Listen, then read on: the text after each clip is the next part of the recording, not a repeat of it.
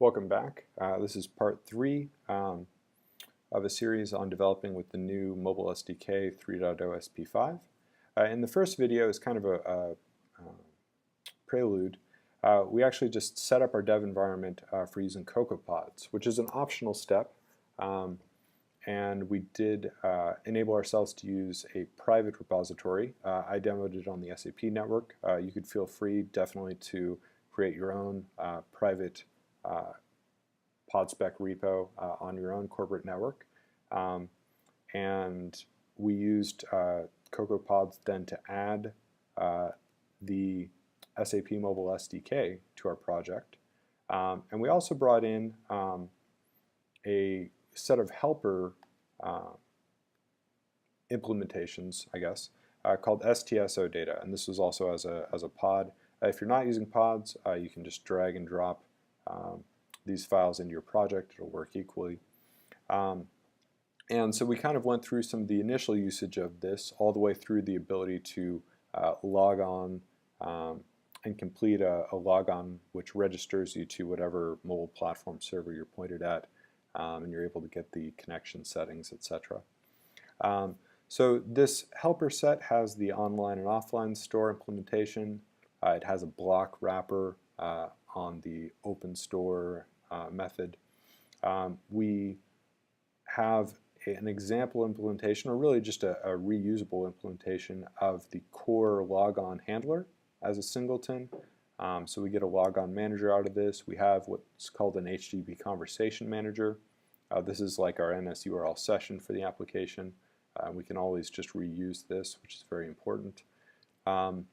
The logon handler has a series of categories on it that enable end-to-end trace with SAP Passport, log upload, so you have the ability to create log identifiers. You know, if you want to use the standard ones like log data request, log online store, offline store, whatever, you could have log my application special, special log, whatever.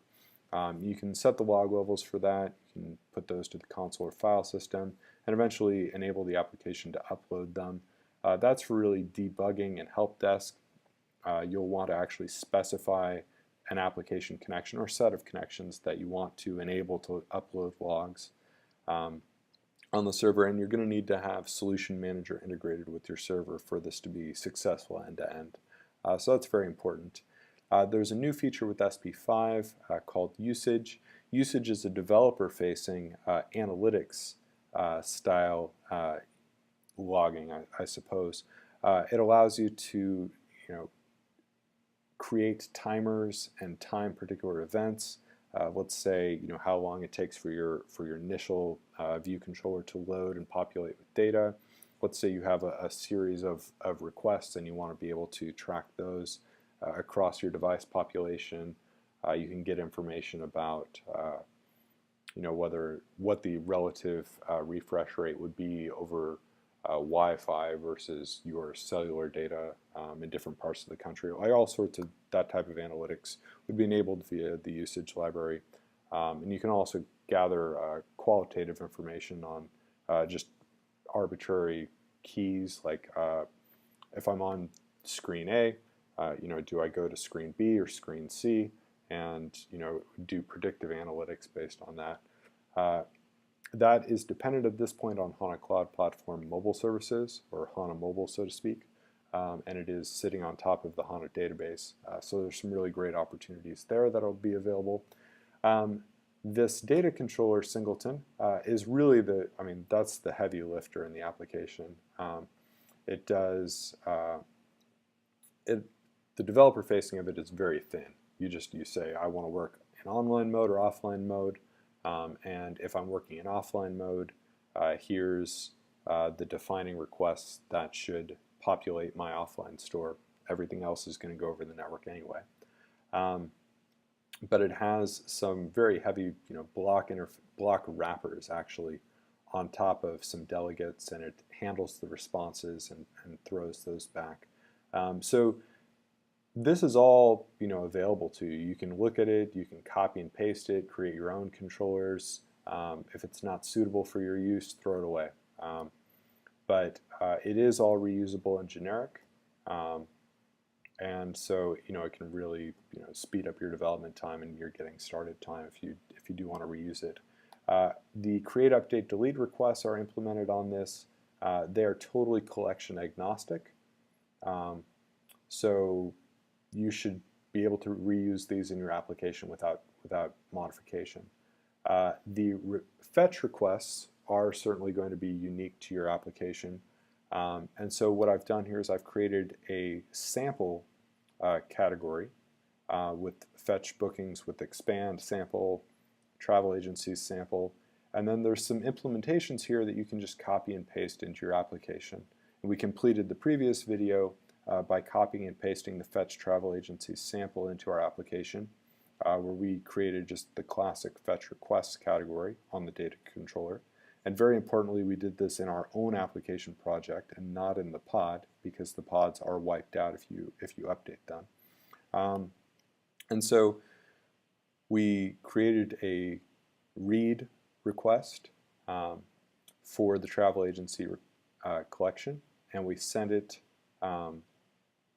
It's actually executed by the data controller, which is self, and we send it out. And when it completes at a lower level, the lower level calls this completion block, which returns to us an array of entities, an object called the SO data request execution, which is a really complex structure. It contains the initial request, the response, the pre-processed response, and the processed response. It's a very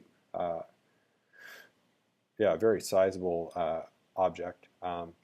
You shouldn't ever need to touch it if all you need is the entities, but if you do need more information or you need to do something more interesting, in your completion block here, instead of just touching entities, you could parse the request execution and go through there. Interestingly enough, if you do want to know how to parse the request execution, you can just look into datacontroller.m, and this method actually is doing exactly that, where we take the request execution and then drill down through the response and derive the types and call the completion block with the correct processed response. So in any case, the important thing here, when this completion block is fired, let's assume for the sake of argument that all we need is the entities, which in my experience is the case the vast majority of the time. And what we're going to do here is very interesting and important. Is we did make a quick change to the boilerplate sample so that instead of the data controller shared singleton, we're setting the response entities to the model shared. Okay? And the reason for this is that our view controllers are going to subscribe to the properties on the shared model. And so when the shared model changes, then any view controllers that are listening or observing that model will then refresh their UI or be capable of refreshing their UI. And this is really important for us to be able to follow MVC in our application and have the most responsive and flexible application. So we have, at this point, we have our fetch implemented, we have our model implemented, so let's now bind this to the UI. So let's start here in the master view controller. This is just the standard UI table view implementation out of the Apple boilerplate. And the first thing we're going to do, since we are going to trigger a fetch request here, we're not going to make a formal network request, is import the data controller fetch requests. Okay? And then what we're going to do in the view to load is we're going to start with our KVO. Okay, what we're actually going to do first is listen for an NS notification. So we're going to say NS notification center, default center, add observer, and we're going to use the block variant of the add observer for name method. So we're going to say add observer for name. What we're going to do is listen for the logon to finish. And the reason that we're going to do this is that logon logon is happening within the logon handler component. Logon is completing the registration to the server And it's an asynchronous operation, so it's testing credentials, it's unlocking a data vault, and when it completes, it's firing some delegate callbacks. And when those delegates are called, those then emit a logon finished notification. And we need to make sure that logon is finished before we start throwing requests to the server for data, because logon has a context which contains our host port protocol information, access to our credentials in the data vault, which is an encrypted wrapper on the keychain, etc. So logon needs to be done, and since this is a root view controller and very low level in our navigation hierarchy, and I think it's actually going to be loading before the logon is executed, we would have a race condition if we were to immediately trigger requests before logon completes. So we can encapsulate that wait with a completion block here and listen for this logon finish notification. So we do not need a object here, no, and we don't need to specify a queue here. We could say we could listen on the main queue, but we can specify nil, and that'll listen on the current queue, and that'll be good enough here because we don't need, nothing that's coming back here is going to need to be put immediately on the main UI thread. So when we hear logon finished, we're going to then execute this block, and we're going to send a data request to data controller through data controller shared to fetch travel agencies. So there's a couple different ways that we can implement the KVO. Probably the simplest and most comprehensible, I think, would be to do it in the view will appear and then remove the observation and view will disappear. So what I mean by this is we'll say view will appear, and we're going to add an observer on the model. So model shared add observer self, because the view controller is going to be observing the model. So add observer self for the travel agency's key path. And the options are interesting. What I like to do in this case is ns key value observing new, definitely, and this is what is fired when this value changes and has a new value. But I also like to fire ns key value observing initial. And the reason for this is, as you'll see in a moment, we're going to be removing this observation when the view disappears. And so this allows us to kind of ignore the problem of maintaining the memory cycle for these objects and ending up with orphaned observations, right? And it also means that if we end up navigating back through the hierarchy and now the view is appearing again, and there are values already on the model, we'll get those initially. So we do not need a context here. And so that is our observation. So then our life cycle for this also should include removing that. So view will disappear. Model shared remove observer self for key path travel agencies. Okay. So then how are we going to handle the notification once we observe it? So these options are filters. If there's new or initial values, then we'll get this notification. So we need to say, we need to implement observe value for key path. And I like to filter for object existing. And this is just kind of one of those things where it avoids some bugs where the object doesn't exist anymore. And so then we want to filter on the key path, and this will allow us obviously to observe multiple key paths. So if key path is equal to string travel agencies, and you'll definitely want to use constants for these because maintaining these strings will be problematic. Let's nslog updated to x, and we could let's say equals, let's actually print out the value of model shared travel agencies description. And then let's load the self.table view. Self.table view reload. And whether or not we do a full reload or whether or not we do insert rows at index paths, is really up to you. In this case, obviously, we're not doing anything very complicated with the UI, and we're kind of getting an all or nothing case where we're really handling for that initial load.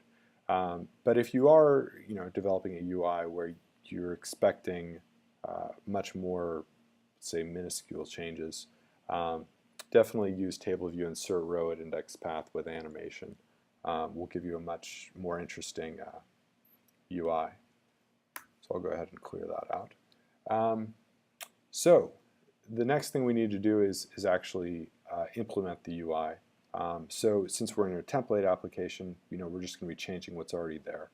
So the number of rows in section, right now, we want to modify this to say model shared travel agencies count. So when the result is still 0, the view will still load with 0 rows, right? And then once it populates and we're reloading, it'll get that count. So for the actual cell content, this is where it gets interesting. So the SO data entity is the base class for the entity, which is our result type, because we're dealing in OData, we're making requests, we're getting back OData entity sets, we're parsing those sets into their constituent entities, and then we're storing an array of SO data entities. So we want to deal with those typically in terms of the SO data entity default class, which is the concrete implementation. So what we're going to deal with in the self-arrow at index path is to create an SO data entity default, and we're going to pull that out of SO data entity default. We're going to pull that out of model shared travel agencies is going to be the entity at indexPath.row. And then, why does this guy hate that? Oh, it's going to be obj description. There we go. So we should get a cell text label text describing the SO data entity default. And I think that should be good to go. So let's go ahead and give it a try.